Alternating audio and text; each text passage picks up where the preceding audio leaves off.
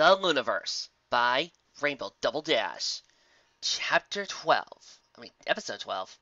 A Hard Bargin by Zap Apple Smash. Chapter 6. Karma.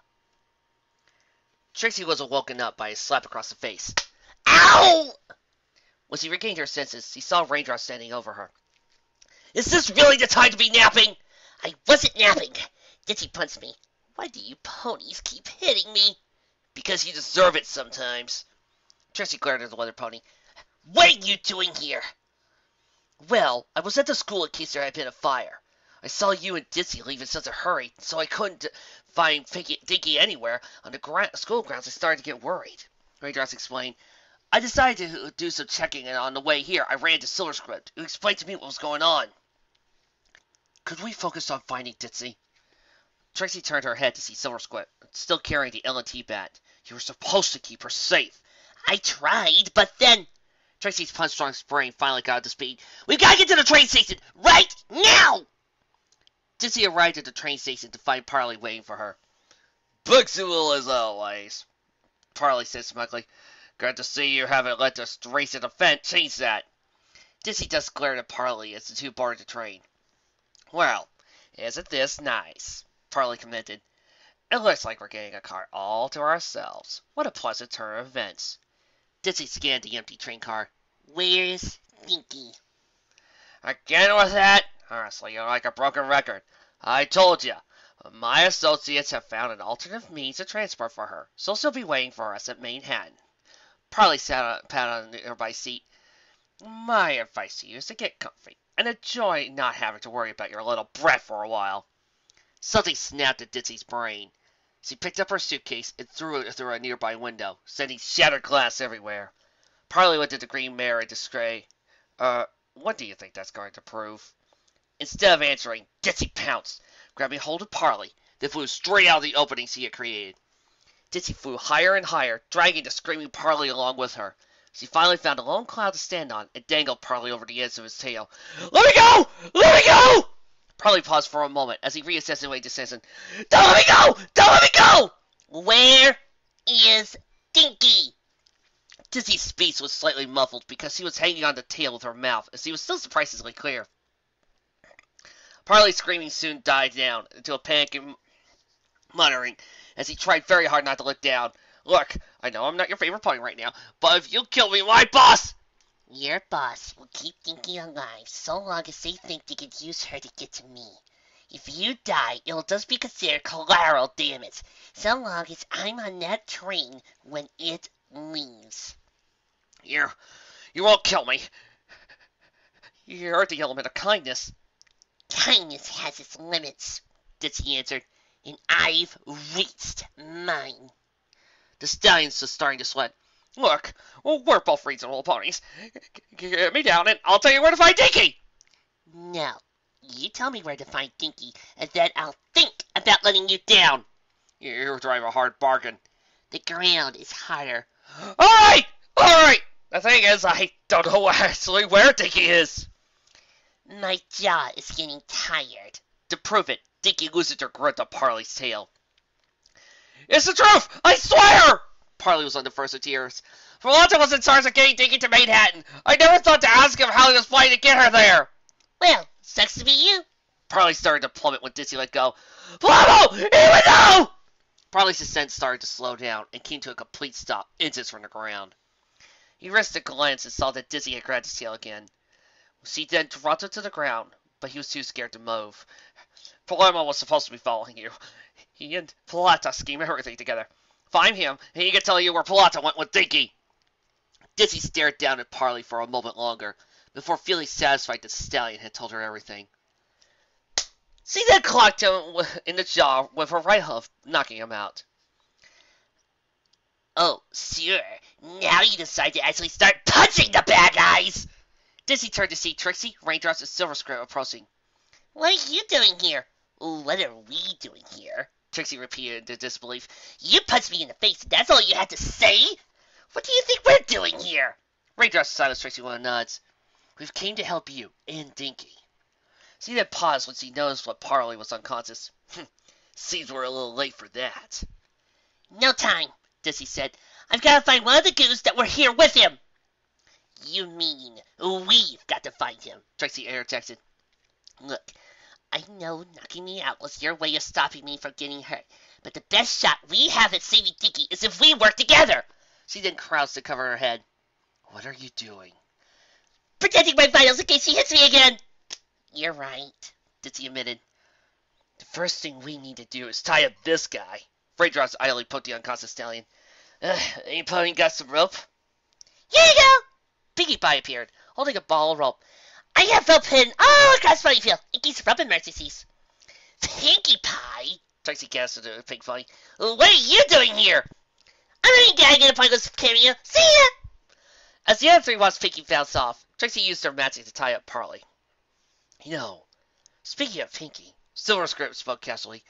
Doesn't she usually have these things at her parties that you dangle from a tree and beat with a stick until candy comes out? Yeah, they're called pinatas, Raindrop said. Why do you ask?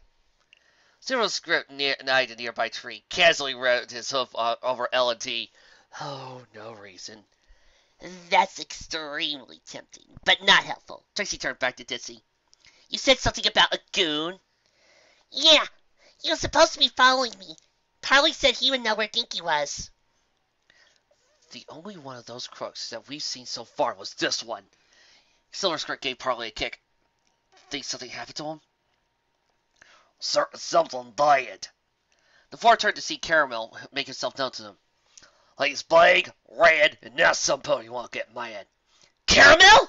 Raindrop said in disbelief. What are you doing here? Big Mac sent me to make sure that Ditzy didn't leave on the train. Caramel glanced at the unconscious stallion. Kind of a moot point now, isn't it? Big Mac sent you, asked Trixie. Why? Because he's all found the Dinky. What else? You know where they took Dinky? Ditzy closed the gap between her and Caramel. Where? Sir, can't tell you, Caramel said. Big Mac told me to keep you safe. And if I tell you, then you'll want to go off rescue her herself. Tell me where they're keeping my daughter this instant! Silverscript put a hoof on Ditzy's shoulder. Listen, maybe he has a point. I'd like to have a crack at the scumbags too, but Big Mac might be Dinky's best chance, and we only get in the way. But why are you and Big Mac involved in the first place? Because I asked them to get involved, Silverscript admitted. I went to them this morning, hoping they could chase those thugs off before they did something like this. He gave Caramel a brief glare. Nice work on that front. If you have any complaints about the service you received, feel free to visit our complaint department at Rocketbound Bog. Caramel turned to look back at the mayor. Look, trust me. Big Mac is on the trail, so the best thing for us is to do is stay out of his way and wait for him to bring Dinky home. Besides, it's not like he's hunting solo. It's terribly with him. The school teacher? Silverscript asked disbelievingly. No offense, but is he really the best bit for a rescue mission? I'm sure this is an excellent subject for discussion, but can we please continue this somewhere safer? Caramel looked around, preferably not here. Why not? Well, I might have sort of sabotaged the train as a stalling tactic. Caramel admitted seriously. We may not want to be here when they come to investigate. The midday sun set down Palata as he waded into the clearing. Dinky was still in the bags as he had been caught in. Struggling and shouting, quiet, you! Palata hissed, kiss these lies. He then saw a lot of shadows being cast. He looked up and saw a mail wagon, at least what was supposed to look like a mail wagon, being pulled by poor Pegasi descending. You took a sweet time getting here. Well, it's not like you gave us a lot of notice. The driver hopped off the wagon and approached Plata. Considering we took a major detour getting here, I'm appreciate a little less slip. Quit your whining. You're getting paid double for this. Plata turned his attention back to the bag. Now my friends are going to fly you first class to Manehattan. I suggest you stop struggling, otherwise they may drop you. At that moment, Dinky's horn snapped through the bag. What the? The clearing was suddenly filled with a bright light. As the adults were blinded, Dinky used her magic to tear the bag open. Once he was free, she ran for it as fast as he could. Dinky didn't know where she was, but she knew that anywhere was better than here. Despite running as fast as she could, Plata, having recovered, soon caught up with her. The filly came to an abrupt stop when Plata stomped on down her tail, preventing her from running any further. Listen, you little bruta, give me one good reason why I shouldn't snap that horn right off. Ahoy. Planta looked up from Tiki and came to face with a very angry Big Macintosh. I got one. Any reply from Planta was going to give was stopped by a hoof straight to his face. At that moment, the Pegasi had finally gotten over their temporary blindness and caught up to the scene. Seeing their current employer laying on the ground in a daze, and their meal ticket currently being blocked by the red newcomer, they decided to leave the action. The drivers and the two others charged Big Mac at the same time. The red stallion used his front toes to swat the two of them away, as if they were flies, and headbutted the third. After taking what could be compared to a wrecking ball to the face, the third Pegasus went down and stayed there. The first of the two remained flew in and bucked Big Mac in the side of the head. Big Mac, only slightly fazed by the attack, put up his foreleg to block the oncoming onslaught. When he saw an opening, Big Mac struck out, hitting an oncoming hoof of his own. The Pegasus fell to the ground and held his hoof in pain, only to be silenced by an uppercut. Charlie raced up to Dinky. "Are you all right?" she asked the young filly. Before Dinky could reply, a Pegasus tried to attack the schoolteacher. As he stood up on his hind legs, Charlie raced in, driving her shoulder into the attacker's chest and unleashing a devastating series of gut punches. When she finally relented, the stallion took a couple steps back and doubled over in pain. Charlie then finished him off with two hoofs on the top of his head. As he finished that, another stallion flew in, hoping to tackle her. Instead of dodging, Charlie stood her ground. When he was close enough, she jumped up, caught him in a reverse headlock, and, using the weight change and the stallion's own momentum, drove him headfirst into the ground. When Charlie stood back up, dusting herself off, the Pegasus remained motionless. "Oh, all right." The two earth ponies turned to see the driver was back up and holding a crossbow that he probably recovered from his wagon. "Don't move!" "Hey, genius! You've got one shot at two angry ponies," Charlie replied. "Do the math." When realizing he'd struck, the driver dropped the crossbow and took flight. As the Pegasus tried to fly straight up and away, the two earth ponies shared a look. After a nod from Charlie, Big Mac held out his hooves. The schoolteacher jumped onto him, and as she did, the red farmer threw her skywards. As he flew through the sky, Charlie let out a sharp whistle to get the driver's attention. Pegasus looked down in time to see again a magenta hoof straight in the face. When gravity finally caught up with Charlie and the now unconscious driver, she remained calm and descended, right into the waiting hose of Big Mac, while the Pegasus had a destiny with the hard ground. Charlie chuckled as she looked up at Big Mac. "You haven't thrown me like that since that job you had in Huffington." Big Mac let out a chuckle of his own. Good times. The red bounty hunter then turned his head and saw the remaining Pegasus trying to sneak out on him, wielding a large piece of wood as a club.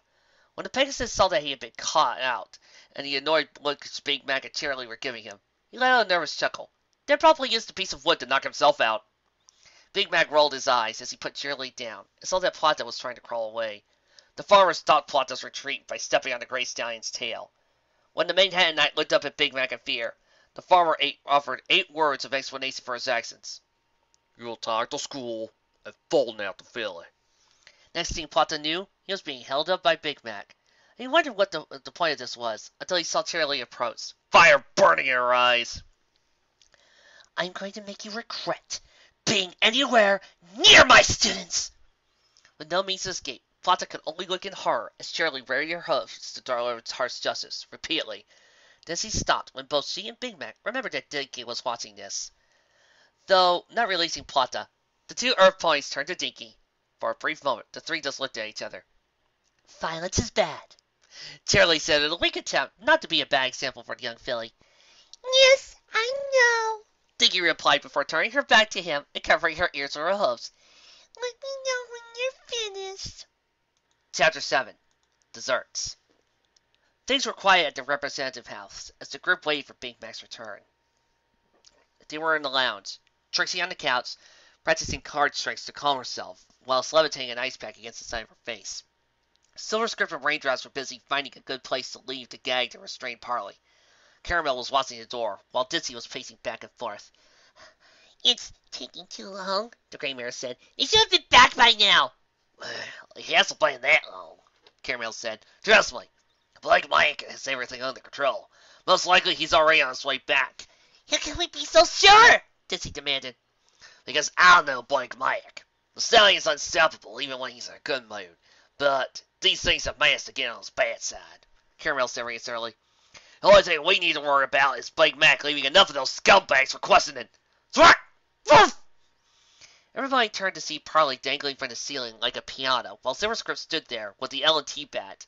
Realizing he was being watched, he quickly hid the bat behind his back and pointed toward Raindrops in an attempt to save Flame. Trixie stood up from the couch and went to stand beside Ditzy as a form of comfort. Wait 10 more minutes, and if they're not back, we'll go looking. Thwack! Enough, Silver! Trixie scolded. Before any more could be said, there was a knock at the door. Ditzy bolted right for it and swung it over in time for a small filly to tackle her, whisk her into a big hug. Mama! Dinky said happily. Ditzy responded with a hug and returned to Gusto. Oh, Dinky, are you okay? I was so worried. I'm alright. Big Macintosh saved me. I love you so much, Dinky. I love you too, Mama. The two stayed like that, just hugging each other and being so happy to be back together. A single tear fell down Ditzy's cheek as she tried to recommit every sound, touch, and smell to memory. Her daughter was back, and most importantly, safe. No more words needed to be said. Their world had been made whole again. Big Mac and Charlie then walked through the doorway, smiling at the scene in front of them. Caramel smirked as he went to stand by the Crimson Stallion. Times like these is what makes this job so worthwhile. Yup. Big Mac then got pulled into a surprise hug with Ditzy and Charlie. Thank you. The big stallion looked like he might have been blushing under his red as he shrugged off the hug. No problem. After all the adults present had taken the time shower to return full with boatloads of invention, Trixie approached the farmer. Look, I don't want to sound ungrateful, because I really am grateful, but as Night Court representative, I have to ask, what did you do with the thugs that fooled that Dinky? Big Mac gestured towards the door. Everyone headed outside and found what appeared to be a mail wagon. A mail wagon? Trixie asked in disbelief. Not a real one, Silverscript remarked. The wagon's an outdated model, and the paint job is too shoddy to be a government issue. Big Mac opened the back to reveal 7 restrained and unconscious stallions. Trixie and Ditzy edged closer to examine them. Recognize them? Ditzy pointed to Plata and Palomo. These two were working with Parley. I don't know about the other 5. Trixie turned to see Big Mac holding out a note. The representative took it and examined it. It was hastily written, but still legible. At the top was Big Mac's name and bounty hunting ID number. These 7 individuals have been captured and detained. We're in the process of kidnapping a young filly. The 2 Earth ponies should be charged for attacking the school and for kidnapping. The 5 Pegasi, while not involved in the attack on the school, were intended to transport the kidnapped individual, known as Ditzy Doo, against their will to Manehattan, and as such should be charged for being accessories to a kidnapping, as well as impersonating mail carriers and carrying stolen and or illegal items. Though these are the only charges I'm aware of, all 7 appear to be career criminals who most likely have other crimes that they could be charged with. As the one with bounty hunter authority, I'll take full responsibility for the actions taken to apprehend these criminals. Any and all actions I have done in the process of capturing these 5 ponies were done with the safety of Miss Doo as my chief concern, as well as ensuring she was returned to her mother as soon as possible. I request that this be taken into consideration if charges are brought against me for actions not covered under the Bounty Hunting Act or the Civilian Arrest Act. Trixie looked up from the note and stared at Big Mac, who just tried to return. After not getting any further answer, she turned to Caramel, who gave out a shrug of his own. So he's a rider, as Caramel replied. After getting statements from them, Trixie sent Ditzy and Dinky home, saying that she would let them know if there were any trouble, but that wasn't any need for them to wait for the authorities to arrive. Silverscript walked them home, treating them to a late lunch and ice cream on the way. As was expected, Silverscript got strange looks for still carrying the bat, but he did get 10% off the meal. At last they arrived back at their apartment. Dinky went in first, but Ditzy paused at the door to say goodbye to the postmaster. Thank you for everything. No worries. Like I said, I take care of my own. Silverscript replied, though you know, since the students are getting the day off tomorrow, why don't you have it off too? For once, Ditzy didn't argue. Thank you. Silverscript nodded and took his leave. Wait! Silverscript nodded and turned back to Ditzy. I need to ask you for a while. Why did you name your bat Love Intolerance? Silverscript smiled knowingly. The same reason I named my sledgehammer Gentle Persuasion. At that he left. Ditzy walked into the apartment and received another hug from Dinky. The filly stayed like that for a while, holding on to her mom. Mama, She finally said in a quiet voice, would it be alright if we stay in for the rest of the day? Ditzy scooped up her daughter and held her close. Of course we can. Big Mac and Caramel entered the kitchen. Big Mac was promptly tackled by Apple Bloom. Did you sliver? The red stallion gave his sister a hug. Yup. Told you he would. Granny Smith was sitting at the breakfast table. I'll say it before and I'll say it again. My grandson is the best bounty hunter Ponyville I ever had. I just hope you taught them a good lesson of the physical kind. Applejack said, as walking into the kitchen when he heard Big Mac was back. No good varmints. Think they could come to our town to attack Apple Blue's school off diet? They're probably the ones that Mason to train too. At that, Caramel gave a nervous cough and tried to change the subject. Hey, Applejack. Again, I'll have Monday off. No. Applejack said flatly, before raising a threatening hoof when she saw Caramel opening his mouth to argle. Now, don't you give my lip. You're already taking those 2 weeks off to visit your family up north. It's a supreme big favor considering that y'all be missing the preparations for the try-and-have farming contest. Oh, come on! It's just like every other farmer contest you've been in, Caramel argued. What's the worst that could happen? Big Mac then whacked him on the back of his head. Ow! What was that for? Time to fight. At that, Caramel left for home, while Applejack and Apple Bloom went out to finish their chores before the nightfall, leaving Big Mac and Granny Smith alone in the kitchen. The elderly mare smiled warmly at the large stallion. You did your folks proud today. Big Mac gave a smile that didn't reach his eyes. Anyone else would have noticed, but Granny Smith knew him too well to be fooled. So you learned about him, won't you? The red farmer sighed as he sat down beside her. Yup. Granny Smith gave her grandson a reassuring pat on the shoulder. Look, I know you won't do everything in your power to make this world a safe place for the sake of your sisters, but there are some battles that aren't for you to need advice. I think when your granddad said it best. Doggone, Big Mac began. And that faint word if it was enough, Granny Smith finished. Big Mac nodded as he took an apple from the fruit bowl. He took a bite and was in pain. What's wrong? Granny Smith asked, clearly concerned. Got bonked in the face, Big Mac answered. Let's take a look. Help her lamp. She ordered. Big Mac complied as he put on her glasses and came in for a closer look. Never looks broken on leaves. She backed up and gave him a low close his mouth again. Yeah, I'll give it a couple of days, so if it still hurts, we'll take you to go see a doctor. She then headed toward the fridge. In the meantime, well, you'll need is a big slice of apple pie. Full corn? Big Mac asked hopefully. Granny Smith laughed as he put a piece of the pie on the plate and then a bit of the dollop with whipped cream on top. Here you go. She placed the plate in front of Big Mac. She then affectionately ruffled the part of his mane that she could reach. A big something. Nighttime finally came for what felt like to be one of the longest days Ditzy ever had to date. It seemed like her days had gotten a lot longer since Corona showed up. Still, what mattered was that her little muffin was back, where she belonged. Dinky had gone to bed, and Ditzy was just doing some cleaning up when there was a knock at the door. The gray male mare opened the door to find Trixie standing there, levitating a tub of ice cream. Hi, Trixie. What are you doing here? Well, firstly, to tell you that's all been taken care of. Parley and company will be in Canterlot by now, and can look forward to a personal one-on-one meeting with Princess Luna, among other things. Secondly, I wanted to know if you and Dinky wanted to help me eat this tub of ice cream. Why? Well, I decided that after today, I needed ice cream, but I couldn't sit at home shoveling down a tub of ice cream by myself, because that would be depressing. So, I decided to come here instead, Trixie explained. I got double-tongue cripple. Ditzy eyed Trixie in the tub of ice cream. Alright, but Dinky's already asleep, so we'll have to save some for her.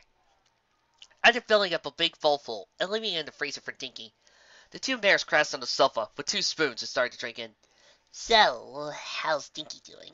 Trixie asked. She's doing okay. Better than last time. Ditzy really hated the fact that there had been a last time. But it's hard to tell if she's actually alright, or if she's just being brave for my sake. Are you sure they won't be back? Trust me, with the charges they're facing, those scumbags won't be coming back. Trixie assured her. And the same goes for the lowlife who sent them. Do you have any idea who it was? Nothing definite. But the going theory right now was one of the Manehattan crime bosses hoping to make a fortune holding an element ransom. Ransom? Ditzy as a disbelief. We're the one thing that can stop Corona, and there are actually ponies trying to jeopardize that for money? Well, you see, Ditzy, everyone in Ponyville got a front row seat to what Corona could do, and she also made her presence known in Canterlot. Everywhere else, she is still almost treated like a myth that grannies tell their grandkids. As far as we know, she's been keeping a low profile, so some ponies find it hard to see her as a real threat. So they're idiots. Yeah, pretty much. The two continued to eat ice cream. A few more minutes, Ditzy started to voice something that had been bugging her for a while. Hey, Trixie, if we're the only thing that can stop Corona, why hasn't Princess Luna placed any more protection in Ponyville to keep us safe? Trixie paused and took a moment to make sure she worded her explanation right. You know how, as the element of harmony, Luna deemed us as property of the people. You can't do any of us special favors so that we can stay politically untouchable? Ditzy nodded. This is the same kind of thing. If Luna was to price extra guards to protect our Ponyville, just for our sakes, it would be like waving a big banner saying that the elements weren't safe here. And that would be bad, Ditzy assumed. It wouldn't be good, Trixie answered. If that happened, then factions in the Night Court would argue that the elements should be moved to Canterlot for safekeeping. She went on to explain. That would then lead to arguments over where we should stay and who would be in charge of protecting us. That would be a political battlefield, and we would be in the middle of it. That's bad. That's politics. Trixie knew she was being brutally honest in this, but this was the on time where the honesty was needed. Look, I know it sucks that we've become targets just for doing the right thing, but that's how it is. But it isn't just us. It's our loved ones, too, Ditzy replied. How are we supposed to handle that? By working smart, and more importantly, working together, Trixie replied. Look, I know that you were worried about finding Dinky, but there were better options than what you did. I could have contacted Luna for help. She can't do us special favors, but she doesn't turn a blind eye to phone napping. Or at least we could have gotten help from our friends.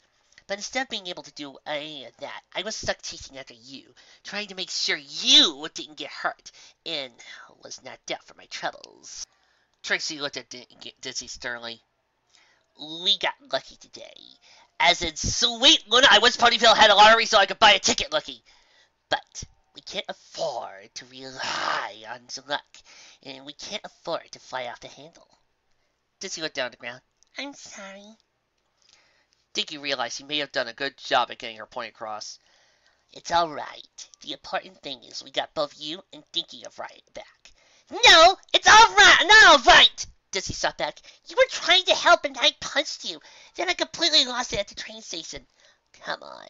I wasn't too fond of you punching me, but that slime ball deserved it. Deserved it, Ditzy replied. I almost killed him. You wouldn't have killed him, Trixie said dismissively. I dropped him from cloud height, Ditzy shot back. There's no way he would have survived that. You caught him before he hit the ground. I didn't know I'd be able to do that! Trixie paused. What? You know how bad my depth perception could be, especially when I'm flying. I have enough trouble sticking to a safe landing, let alone trying to catch anything that was falling too, Ditzy said. I took him up there knowing that if I let go, he would most likely die before I could get to him. And I didn't care. Ditzy leaned on the armrest and curled to the ball. I was so angry. I didn't care about what I did. I just wanted to hurt him. She looked back at Trixie with teary eyes. What sort of pony does that make me? It makes you a good pony, and a great mother that's really had a bad day. Trixie put the ice cream on the coffee table and scooted closer to Ditzy. You know, my mother once told me if you weren't willing to shed blood for the sake of your children, you didn't have the right to call yourself a parent. Ditzy sat up and looked at Trixie. Your mother said that? Well, technically she was my aunt. That said, she raised me like I was her daughter, and yeah, she did say that. A little psychotic, I know, but I used to think she was the greatest mother in the world. Used to? Yeah. A funny thing happened. Trixie took a moment to feign sadness. I moved to Ponyville, and as it must have hurt me to do it, After meeting you, I was forced to move her to number 2 slot. Trixie did smile at Ditzy. And guess what?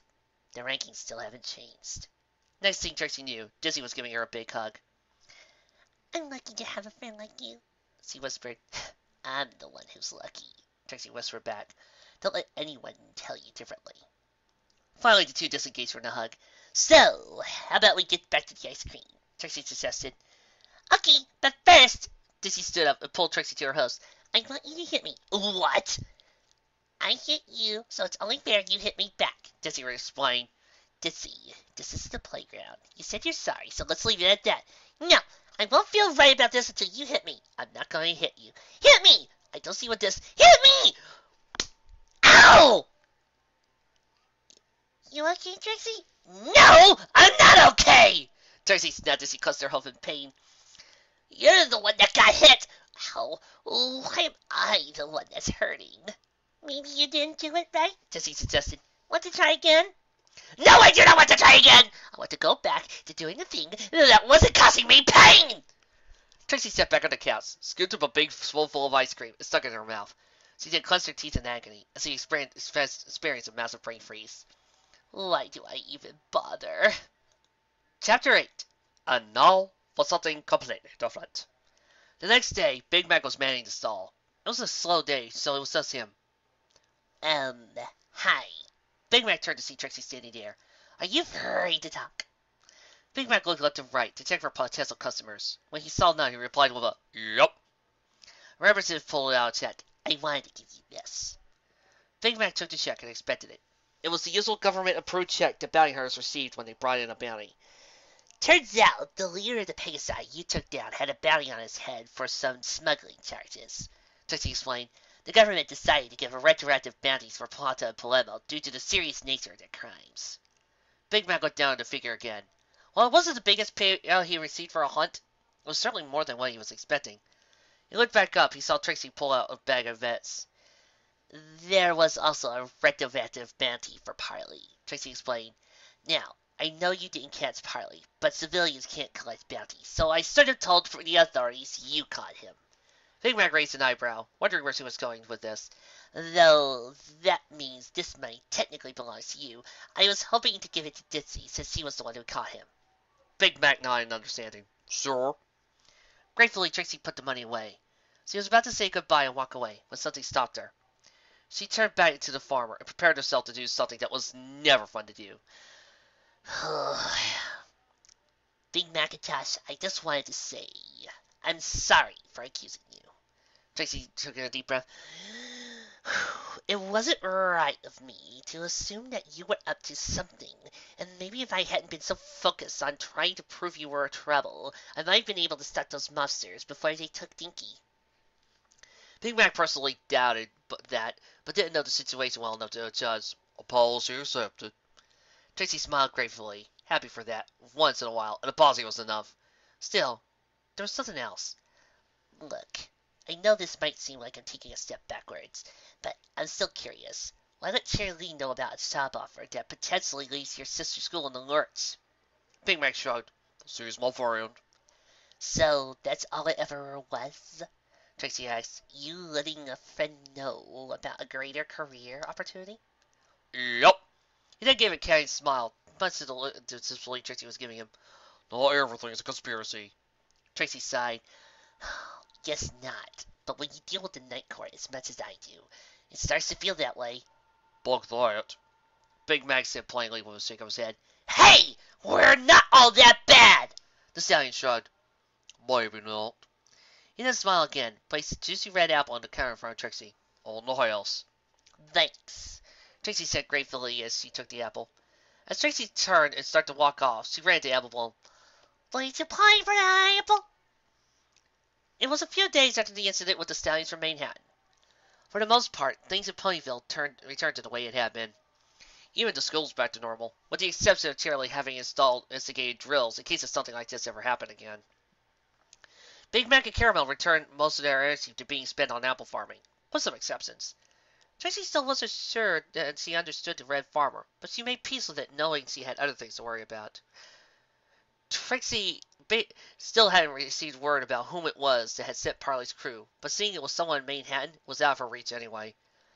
And so the pound of Ponyville returned to normal, for everyone who what it had been through was surprising, was ultimately how little of a ripple it had made for the ponies that weren't directly involved.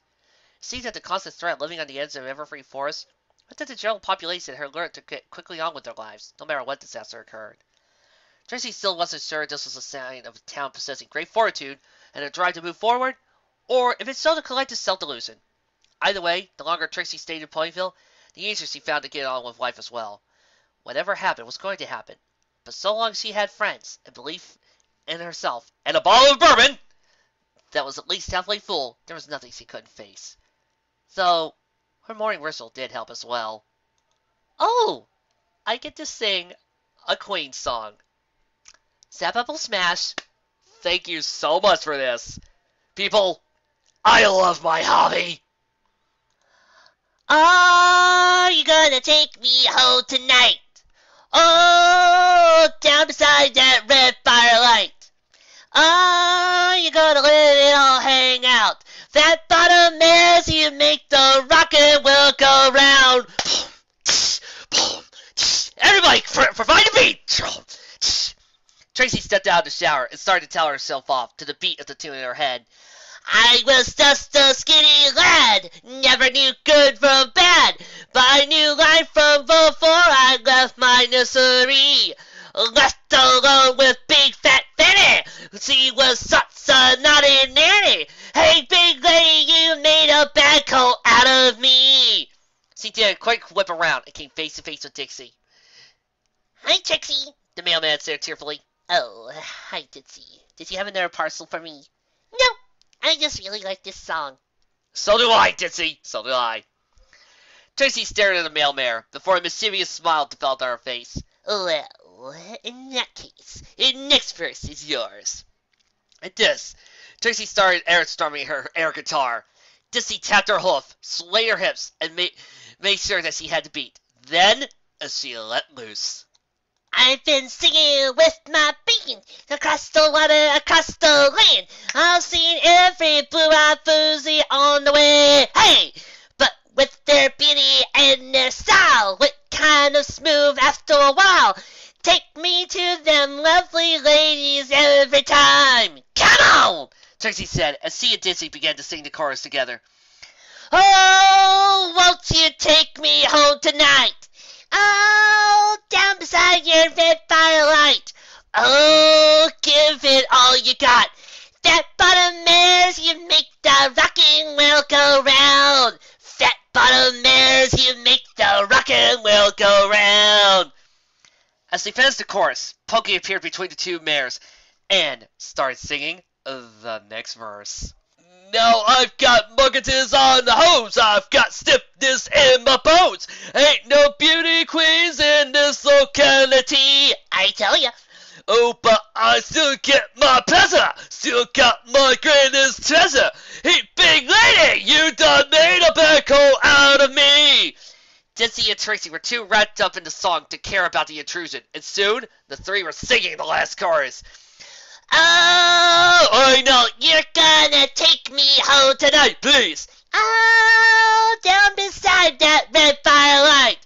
Oh, you're gonna let it all hang out. Fat bottom bears, you make the rockin' world go round. Fat bottom bears, you make the rockin' world go round. Most people air guitar with imaginary picks. I actually have an official pick up here from the Mongolian Chop Squad DVDs. Always available.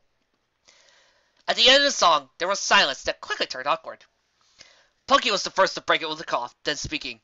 I just wanted to let you know that the weekly raid report for the weather team has arrived. Brilliant! Trixie sounded a little too excited about a report she in the past compared to paint drying. Oh, listen, Ditzy, I should probably get to it. Sure, Ditzy replied. See you later. Trixie and Pokey scurried out of the bathroom. Ditzy waited for a moment to make sure she was alone.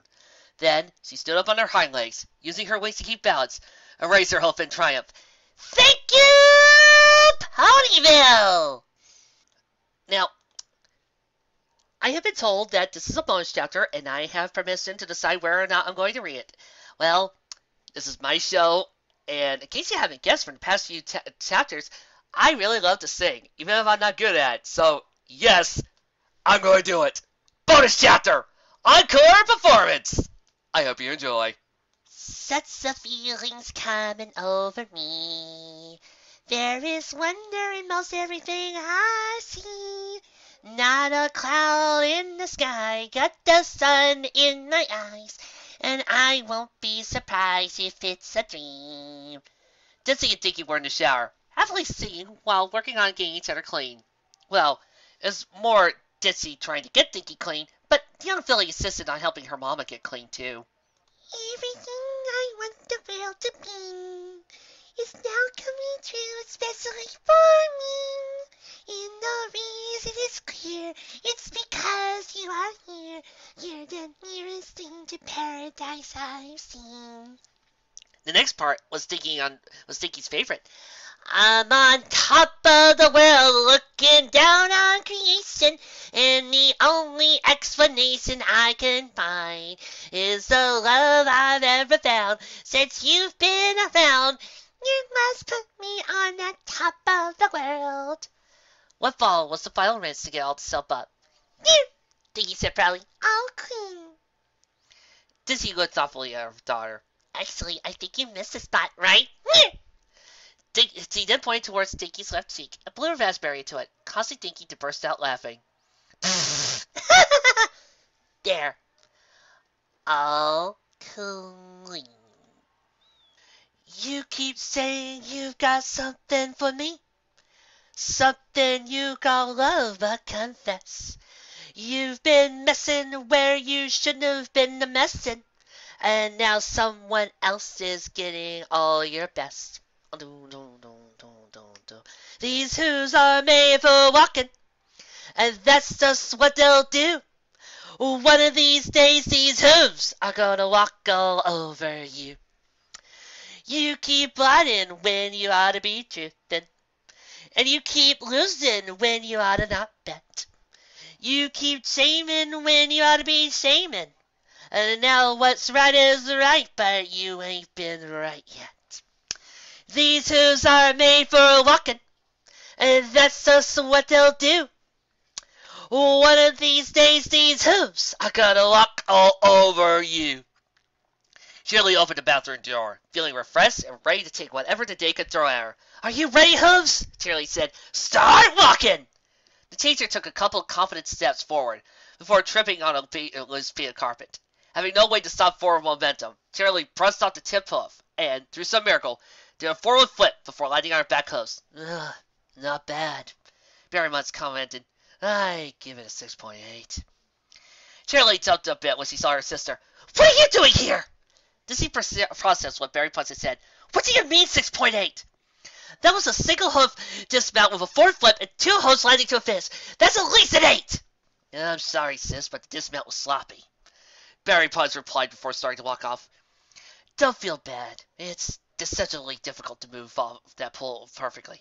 And let's face it, I was always better at gymnasts. Hey! Get back here! We're not done talking about this! Raindrops was in bliss. While the shower was no real substitute for actual rain, it wasn't a bad alternative. Raindrops keep falling on my head, but that doesn't mean my eyes will soon be turning red. Crying's not for me, 'cause I'm never gonna stop the rain by complaining, 'cause I'm free. Nothing's worrying about me. Ah! Sorry! Snail shouted through the bathroom door. Had to use the toilet. Raindrops took a couple deep breaths before answering. That's alright, Snails. Just remember that plumbing in this house is all connected. I will! Raindrops took another couple deep breaths before returning her song. Raindrop, yeah! Sorry! Had to wash my hooves! At this point, Snails was a very dead man. Oh. This one's gonna be fun.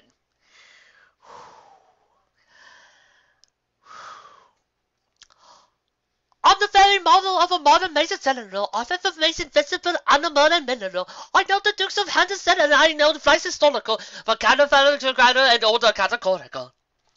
I'm very well acquainted too with matters mathematical. I understand equations both the simple and the quadratical. About my noble theorem, I'm dealing with a lot of news, with many different facts about the square of the hypotenuse. Hypotenuse. With many different facts about the square of the hypotenuse. With many different facts about the square of the hypotenuse. With many different facts about the square of the hypotenuse.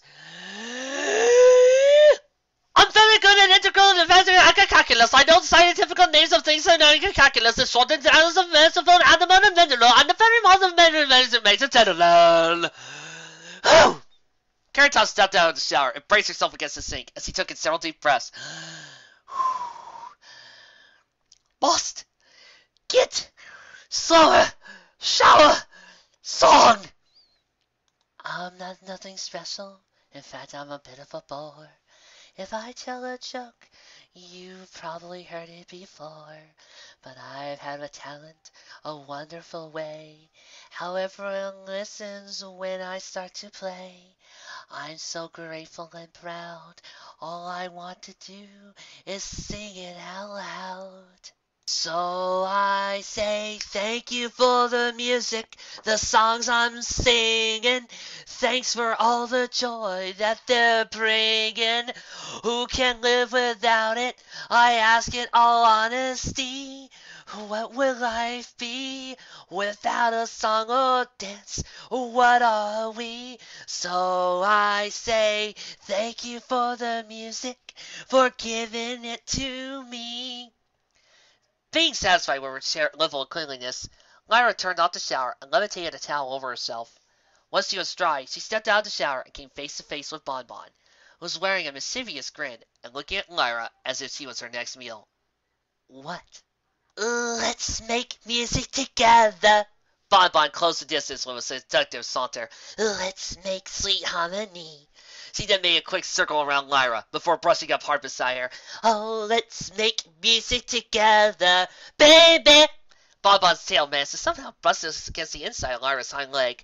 You take the dough, I'll take the ray. You better hang on to me. Reading the warning signs, Lyra tried to make a quick accent. Sorry, Bonbon, but now's really not the time. Disengaging from the candy-making temptress, Lyra made it out of the bathroom, but was soon cut off any further when Bonbon got in front of her again. We are birds of a feather, looking for the right key. Oh, let's make music together, baby! Come on, 'cause only music makes a man free! Despite what Bonbon was doing, Lyra was somehow able to sum up a scrap of resistance. Come on, Bonbon, you've got to get ready for work. It's a late start today, Bonbon reminded the musician.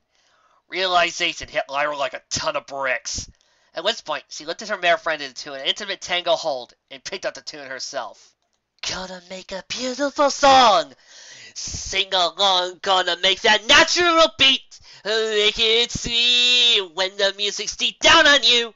There's nothing you can do but believe. Oh, believe. The two mares then proceeded to tango their way to the bedroom. There is nothing like singing, and our voices just blend. Oh, let's make music together, baby. Lift our voices together, partner. Let's make music together, baby. Together, right to the end.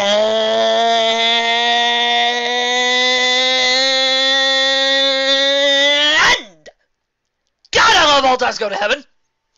The two leapt onto their bed, ready to make the term making music away from the literal into the oh so wonderfully metaphorical. Then promptly stopped when they realized they were sharing a bed with a small, toothless alligator. The ponies and the alligator stared blankly at each other. Then the reptile was scooped up by Pinkie Pie. Bear Gummy! The pink mare scolded. Interrupting your quiet time just because you thought it would be funny. Gummy blinked once. Don't give me that look. I already told you. Most ponies don't get meta humor. Pinkie stopped her scolding when she realized Bonbon and Lyra were staring at. Quit going! She whispered to the alligator. Escape plan beta! Pinkie held Gummy with one hoof, pulled out a top hat with the other, and started to high kick towards the door. Well, okay. Hello, my baby! Hello, my honey! Hello, my ragtime gal! Send me a kiss by wire! Baby, my heart's on fire! If you refuse me, honey, you'll lose me, and then you'll be left alone! Oh, buddy, telegram! And tell me I'm your own! When the song ended, Pinkie Pie ran for her dear life. The sound of running water in the representative's room stopped. There was a brief pause before Tracy swung the door open with a flourish and stepped out. For what is a mare? What has she got?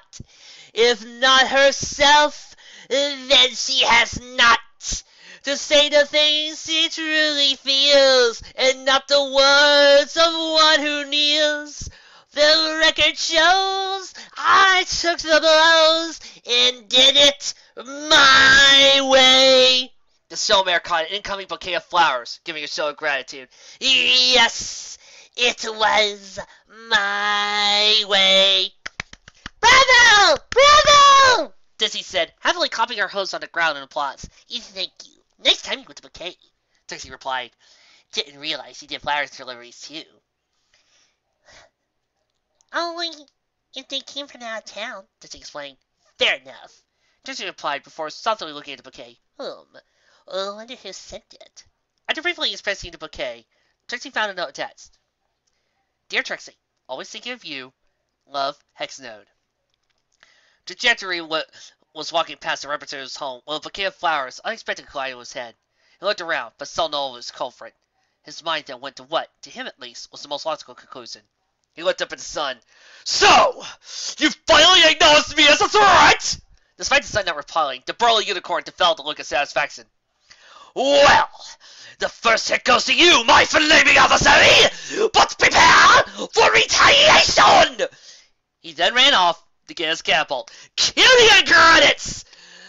Oh, first off, I want to thank you, Zap Apple Smash. I have never sung that much on this show. For that, I will be eternally grateful because that was a blast! Oh, God, I love to sing. Also, you had me sing a song from my favorite crooner, Frank Sinatra, and it's my favorite Frank Sinatra song. So, really, no, thank you. I don't get to sing Frank Sinatra songs enough out there, and when I do, it's always a blast. But you people didn't come here to listen to my awkward singing while doing voices. No, you came here for the review. So, let's hit it. This episode was a pretty good short one, in that it encompasses a couple of things. One, it gives us a chance to world build. Allows us to see what politics and what type of goings-on are in this Equestria beyond the machinations of the Night Court. You know, things like gangsters, muggers, thugs, criminals, and of course, bounty hunting. Which leads me to Big Mac, where even though I feel like he comes close to being show-stealing, he does show off some really great moments here that separates him from his usual yup and nope. That doesn't turn him into this military hero, but more into a distant bounty hunter, and really shows what he can do when we left him to his own devices.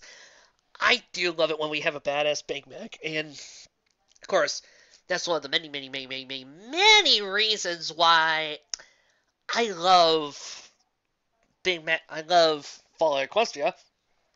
That yes, we do get an awesome Big Mac, if only for a short while. Rest in peace. This fic also has the benefit of giving some character. As I said back in Carrot Top of the Line, I felt like Charlie and Carrot Top have been the ones that haven't had much of a chance to get some screen time, and Charlie really gets to show off what she can do, giving us a glimpse at her hidden past by showing her agility, her skill, and her strength. By showing that though she may be a school teacher, she's had some hardcore experiences that allowed her to become a badass fighter, where she can take on opponents as easily as Big Mac, even to the point where she's quite intimidating and quite agile. Makes me curious. I wonder what else could be hidden in her past. Foreshadowing to Hero Moon. But anyway, this really also gives Charlie a chance to show how she feels about being a teacher, how she views her job, and gives us a chance to better bond with her and make us more interested into her character. Ditzy, of course, is a sweetheart. We see that while she may be caring and kind and sweet, she does have her limits. And that limit is Dinky. We see through here does how far she's willing to go for her daughter. It does how much she's going to push herself to get to her. Basically, her berserk button is that little thole, and believe me, you do not want to press it. As Ditzy said, kindness has its limits. All in all, a really good episode. And, Trixie, what's with the bouquet of roses? For you, for doing so many songs. Thank you. I knew this day was coming. Thanks. Maybe I should do my variation a few months from now. Just so I could do the whole entire karaoke chapter. But enough about that. Join us next week, where we're going to really bring in a special presentation as we go to a fanfic that I've been meaning to do ever since it had finished back in November. Twilight, if you please. With pleasure. Coming soon, next week. Have you guys heard about this amazing special treasure that Starsfield the Bearded once found? It's called the Tears of Gaia. It might be the find of the century. Whoever finds it will see so many magical abilities.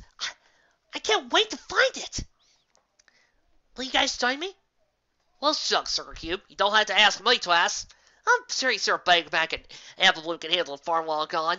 Hey, when adventures are calling, Rainbow Dash will always be right there with you. Just let me get a few things. There, darling. It might be a little gruff, and I might have to mess up my name, but I can't bear the thought of you going off on a wild adventure without me at your side. Adventure? Oh, well, maybe I'll just stay home and watch over my animals, and don't worry about Flare Pie. Pinkie Pie will be right there beside you, and I'll keep an eye on for you any type of nasties. Besides, who knows what type of special ponies we can meet out there? All right, girls. I knew I shouldn't have had to ask anyway. Next week, the Tears of Gaia. So, you have found them, Miss Sparkle. No way. You're... I'll see you next time.